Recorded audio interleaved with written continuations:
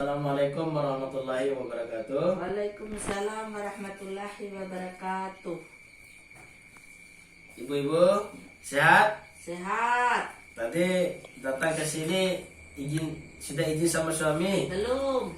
Kenapa tidak izin dulu? Tidak ada di rumah. Aduh, suaminya mudah-mudahan keluar mencari nafkah untuk ibu-ibu, untuk anak-anaknya, dan itu bernilai ibadah untuk keluarga. Amin. Nah, doakan suaminya mudah-mudahan mendapat rezeki yang banyak.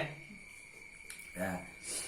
Pada pertemuan ini kita akan membahas tentang kesejahteraan sosial, lebih pada pelayanan penyandang disabilitas. Nah, kira-kira pengertian penyandang disabilitas ada yang tahu?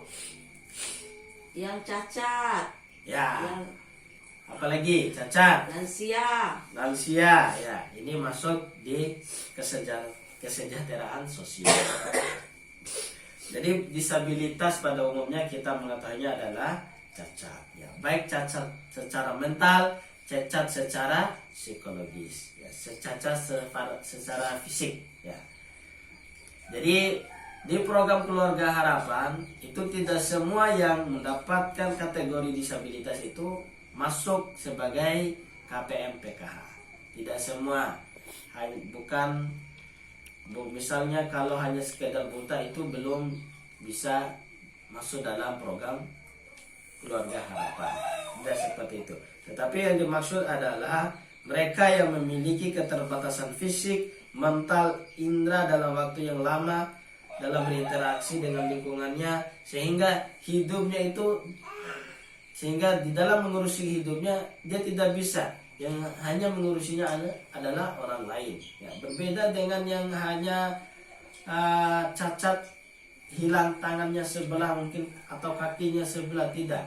Tetapi ini adalah mereka yang mentalnya kurang baik, kira-kira seperti itu, selain daripada kecacatan fisiknya.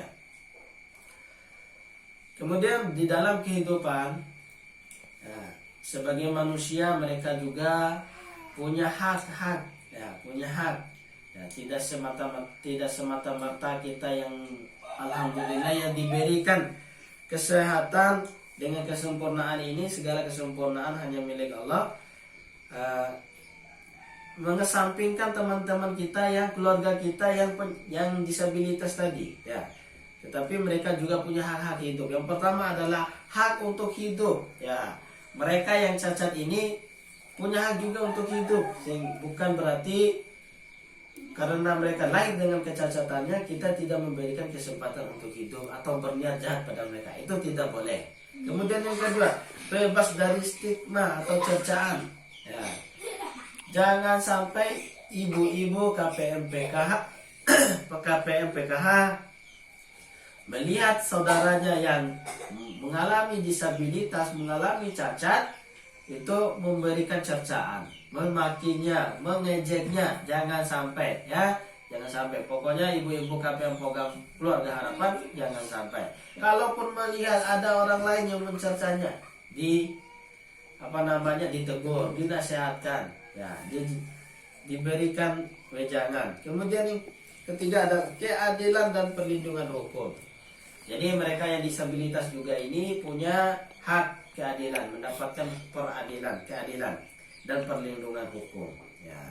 Kemudian bersekolah, bekerja dan hidup sehat. Mereka juga diberikan kesempatan oleh pemerintah untuk bersekolah, bekerja dan hidup sehat, ya, dijamin kehidupannya oleh pemerintah.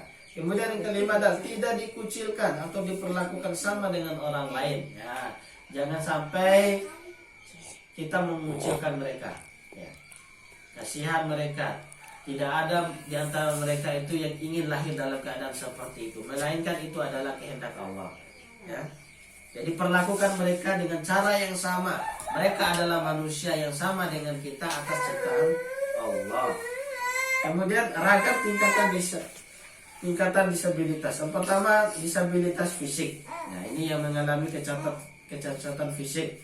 Kemudian disabilitas intelektual yang gagal dalam mental. Kemudian yang ketiga adalah disabilitas netra. Kemudian rungu wicara. Kemudian disabilitas mental. Kemudian pelayanan bagi penyandang disabilitas berat di dalam keluarga. Penyandang disabilitas yang stabilitasnya sudah tidak dapat direhabilitas, tidak dapat melakukan aktivitas kehidupan sehari-hari, dan atau sepanjang hidupnya tergantung pada bantuan orang lain, tidak mampu menghidupi diri sendiri. Ya, jadi inilah penyandang disabilitas yang perlu kita perhatikan di dalam keluarga kita. Penyandang pelayanan bagi penyandang disabilitas berat di masyarakat. Nah, ini di masyarakat perlu menjadi perhatian kita bersama. Ibu, penyandang disabilitas tadi punya hak hidup, punya hak bebas dari cercaan dan lain sebagainya. Maka penting bagi KPM, ibu-ibu KPM PKH memperhatikan hal ini. Ada pertanyaan? Ada. Apa itu? Bagaimana cara mendaftarkan diri sebagai anggota PKH baru? Ya, ini pertanyaannya bagaimana cara mendaftarkan diri sebagai anggota PKH baru. Jadi untuk menjadi KPM program Keluarga Harapan meski terdaftar di basis data terpadu. Jadi semua masyarakat yang sudah terdaftar tercover dalam basis data terpadu pada waktunya nanti akan diverifikasi oleh pusat, oleh Kementerian Sosial, bukan didaftarkan oleh pendamping atau operator sis engine-nya, tetapi diverifikasi langsung oleh pusat. Data ini langsung datang dari pusat. Mungkin itu ibu-ibu ya yang perlu dipahami. Ya. Dalam pertemuan ini kita cukupkan. Mudah-mudahan bermanfaat bagi kita. Wassalamualaikum warahmatullahi wabarakatuh. Waalaikumsalam warahmatullahi wabarakatuh.